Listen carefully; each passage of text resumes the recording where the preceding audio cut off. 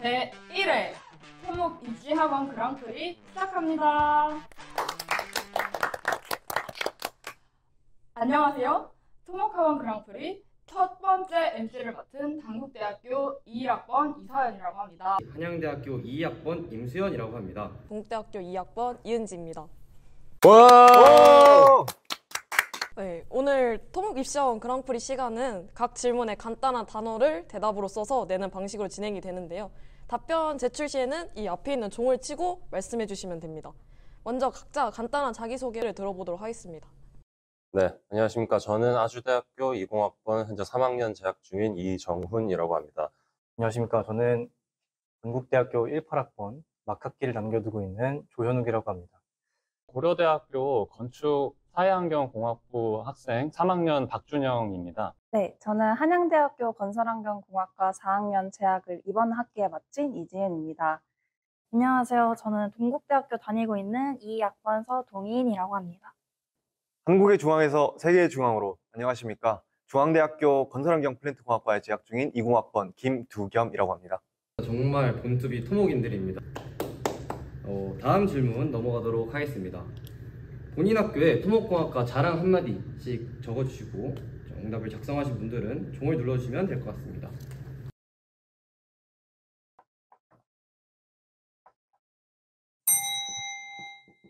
저는 총동문회라고 적었습니다.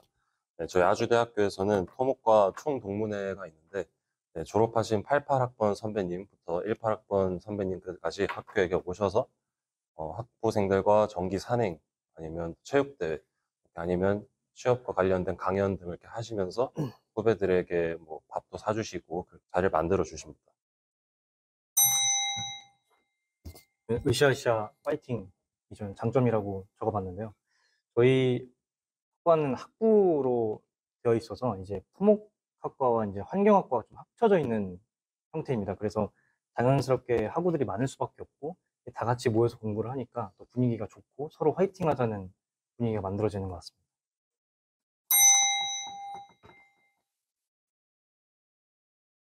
서울의 중심입니다. 일단 저희 학교 토목공학과의 경우에 선후배들끼리 되게 친한 관계를 유지하고 있고, 그리고 저는 동기들끼리도 되게 친하다고 생각을 하는데요. 일단 대학에 오면 대학 로망을 가지고 입학을 하게 되는데, 저는 그 로망을 웬만하면은 다 이룰 수 있다고 생각해요.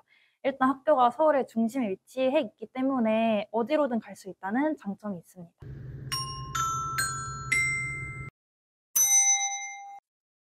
네, 정말 끈끈한 선후배 관계라고 저 자부합니다. 이게 어떤 거냐면요. 사실 일반적인 그냥 선후배 관계라고 하면 아이 뭐냐, 다 당연히 친할 수 있는 거 아니냐라고 생각을 할 수 있는데 저희 학교는 조금 다릅니다. 저희 학교는 이공계 학과 중에서도 이제 공학과라는 게 새로 개설된 학과가 유일하게 1963년 두 곳이 있었습니다. 건축공학과랑 토목공학과 이렇게 유일했는데요. 그때부터 이어져 온 이제 선후배 관계의 동창회가 지금까지 2024년까지도 아주 꾸준히 이어져 오고 있는 게 굉장히 큰 장점이라고 생각을 합니다. 네, 제가 키워드를 국내 유일이라고 적었습니다. 그 이유는 저희 학과 이름에서도 알 수 있듯이 건축 사회환경공학부인데요.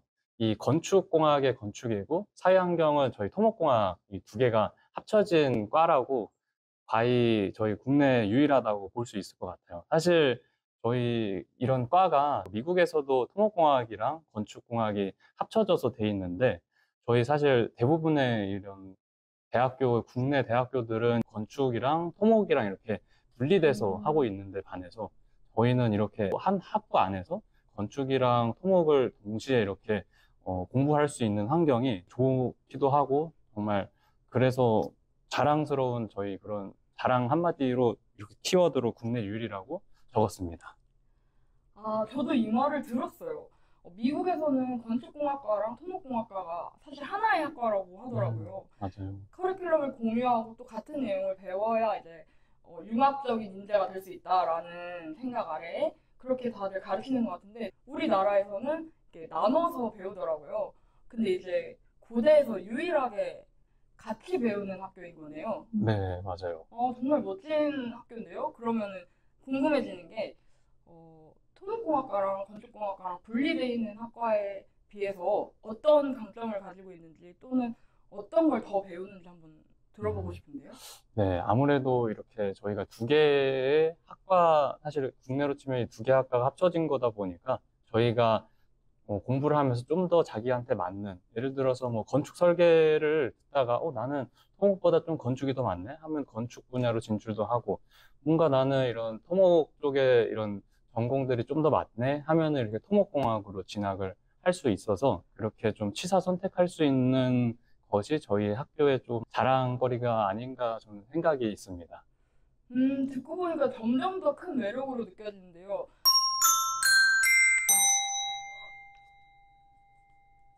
저희 한양대학교 하면은 공대가 또 유명하거든요. 그래서 특히 그쪽 공대에서도 저희 토목공학과는 80년 이상을 함께 하여 정말 유구한 역사를 자랑하는 저희 전통 토목학과라고 볼 수 있을 것 같아요. 그래서 저희 학과가 이제 역사도 길고 그만큼 선후배 간의 약간 그런 인연도 되게 끈끈하고 그런 점이 장점이 돼서 자랑거리라고 적었습니다. 엄청 유구한 역사를 자랑하는 대표적인 공학과라는 말씀이네요. 네, 맞습니다. 정말 대한민국을 처음부터 굴려온 엔진이라는 말이 맞는 것 같고, 또 거기에 더해서 선배들과의 인연이 끈끈하다는 말씀까지 해주시니까 이거는 당연히 또 딩동댕동입니다. 자, 그러면 자랑 한마디는 이제 다 들었고 그 다음 질문으로 넘어가 보겠습니다. 나는 토목공학과 오려고 이런 노력까지 해봤다. 물리 집중 이수라는 거는 약간 듣기만 해도 무서운 말인데요. 어떤 사연이 있으셨던 건지. 저희 학교, 이제 고등학교가 물리 집중 이수를 해서 거의 주 5일 동안 물리가 매일 수업이 있었어요. 좀 특이한 학교인 것 같은데. 특이한 학교네요. 네. 그래가지고 이제 토목공학과에 오게 되면 역학이라는 이제 과목을 다루게 되는데 그게 이제 물리가 기본이 되는 이제 학문이기 때문에 그래서 저는 이런 노력이 좀 많이 도움이 됐고 열심히 했던 것 같습니다. 그쵸. 토목공학과 사실 한 2학년까지만 해봐도 물리가 굉장히 많다는 걸 알 수 있는데요. 도움이 진짜 많이 됐을 것 같아요. 네. 그러면 궁금한 점이 혹시 이제 물리를 배우지 않고 대학교에 올라오는 학생들도 있으니까 네. 만약에 안 배운다면 어떨 것 같은지, 많이 어려울 것 같은지, 커버 칠 수 있을 것 같은지 궁금한데요. 조금 처음엔 낯설게 느껴질 수는 있을 것 같아요. 네, 그리고 이제 수학이랑 많이 이제 연관이 되다 보니까 조금 낯설 수는 있지만 그래도 하면 된다. 하면 된다. 네, 하면 된다라고 생각합니다. 그쵸. 여러분 하면 됩니다.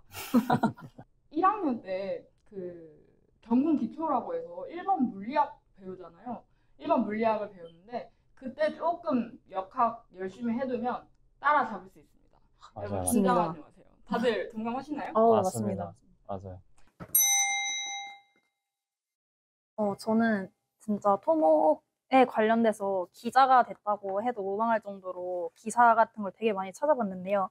그래서 아주 오래된 기사부터 최근에 발생한 토목에 관련된 기사를 전부 찾아보고 정리하는 노력을 했었어요. 그래서 토목에 대해서 더 관심을 가질 수 있었고, 그리고 자소서에 기사에 대한 내용을 짧게 썼었는데 그 대학교 면접을 볼 때 교수님이 그거에 대한 언급을 해주셔서 제가 되게 자신 있게 대답했던 기억이 있는데요.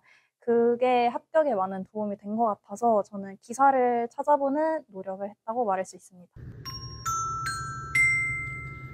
토목 기자가 되어서 토목 역사를 정리해 보았던 거군요.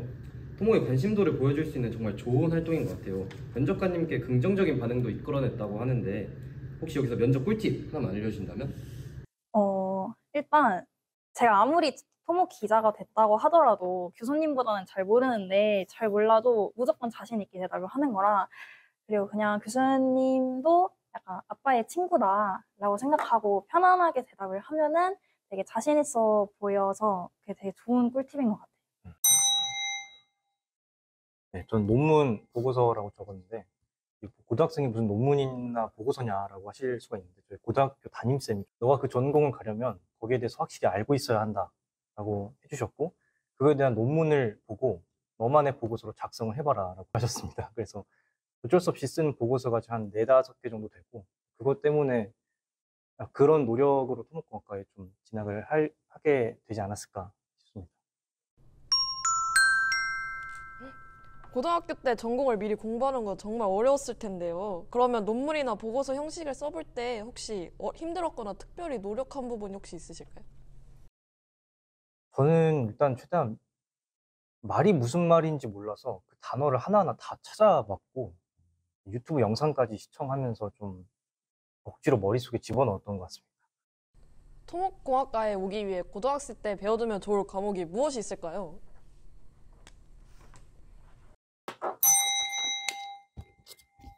네, 저는 수학 물리라고 적었습니다. 저희가 보통 구조역학이나 고체역학 수업을 들으면 네, 수학이나 물리가 정말 많이 쓰인다는 거를 알게 되실 텐데 특히 수학에서는 미적분, 기하 쪽이나 물리에서는 기초역학 쪽을 잘 공부해 두시면 좋을 것 같습니다.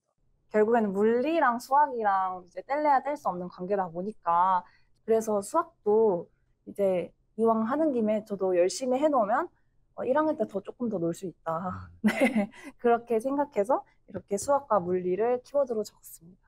수학과 물리 공부해 오시는 거를 추천을 드립니다. 하나 더 생각난 게 있는데 이게 또 저희가 역학이 굉장히 중요하긴 하지만 또 뭐 환경공학이나 상하수도 처리 같은 과목을 배울 때 화학에서 기초적인 몰수 개념이라거나 그런 게 쓰이거든요. 열심히 해오시면은 아마 상하수도 처리 또는 환경공학 이런 과목 배우실 때 도움 많이 받으실 것 같습니다. 다음 문제 넘어가겠습니다. 토목공학과에 대해서 가졌던 편견과 진실 생각나는 거 있으시면 한번 써주시기 바랍니다. 네. 바로 생각이 나신 것 같아요. 네. 키워드로 적은 거는 취업입니다. 사실 얼핏 사람들이 공대 중에서 약간 토목공학이 다른 뭐 전기전자, 기계공학 이런 화학공학에 비해서 좀 취업이 잘 안 되지 않냐라는 그런 편견을 좀 갖고 있더라고요. 취업할 수 있는 분야가 다른 학과에 비해서는 조금 한정적일 수는 있는 것 같다는 느낌이 들었어요.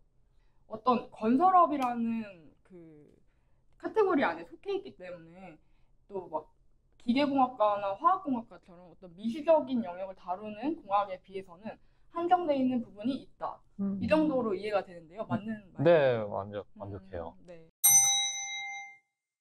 말술이 되어 졸업한다?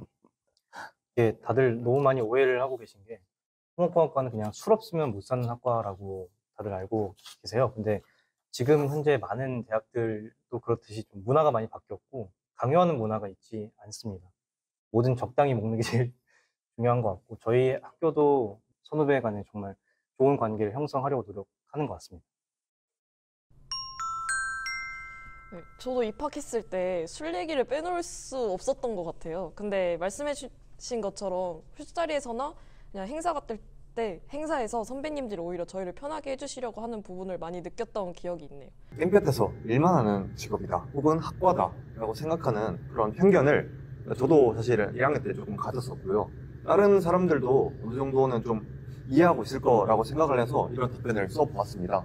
근데 제가 지금 졸업을 앞둔 시점에서 곰곰이 생각해보고 제 진로 방향을 잡아보았을 때 저는 현재 해외 건설 투자 시장 쪽으로 굉장히 관심이 많고 알아보고 있고 다른 친구들도 봤을 때 증권사를 알아보는 친구들도 있었고요. 혹은 설계사 쪽으로 아예 연구직 쪽으로 빠지는 친구들도 굉장히 많았습니다. 사실 물론 현장에서 하는 일이 많이 있을 수 있겠지만 사실 이거는 흥미 분야에 따라서 다른 문제라고 생각을 해서 사실 본인이 어떤 것에 관심이 있는지만 다르다면 충분히 가능할 거라고 생각을 합니다.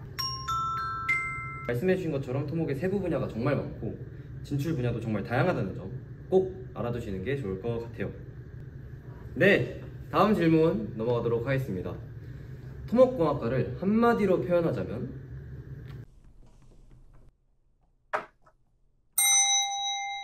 오, 빨리 적어주셨는데요. 어떻게 보면 이 모든 학문들의 기초가 좀 저희 토목공학이 아닌가 싶어서 이런 자부심 때문에 저는 공학의 뿌리로 이렇게 표현을 했었습니다. 토목공학과를 한마디로 표현하면 공학의 뿌리일 수 있겠네요. 마음에 듭니다.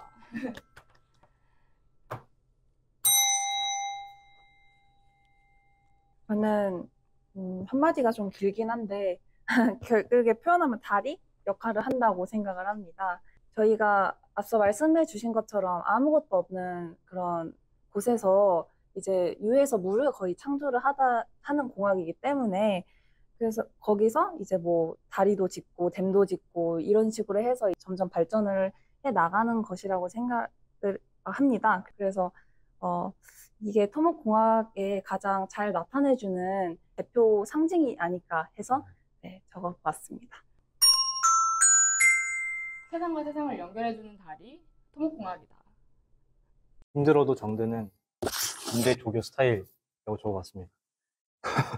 이게 처음 오시면 뭐 역학과 물리나 수학이나 막 적응하실 때 좀 되게 엄청 힘드실 것 같아요. 전공 들으시면 콘크리트니 뭐니 하면서 겪어보지 못했던 많은 전공들을 겪으실 수가 있는데 그래도 마지막에 좀 돌아보면 아 이렇게 많이 배웠고 성장했구나라는 걸 느낄 수 있어서 이렇게 답변을 적어봤습니다. 시빌 엔지니어링이라는 해외에서 부르는 이름이 굉장히 흥미가 돋아서 이렇게 관심이 있었고요. 그래서 이런 이유가 사실은 시빌이 시민이라는 뜻이지 않습니까? 그러니까 시민을 위한 공학, 굉장히 낭만이 있지 않습니까? 이제 시민을 위한 인프라를 건설하고 시민을 위해서 일하는 이런 공학과가 사실은 공학도의 참된 길이라고 생각을 해서 저는 시빌 엔지니어링이라고 한마디로 정의해 보았습니다. 공학도의 참된 길, 그야말로 도시의 기반을 건설하는 공학과죠. 네, 맞습니다. 이런 묵직한 매력에 끌려오는 사람도 많은 것 같습니다.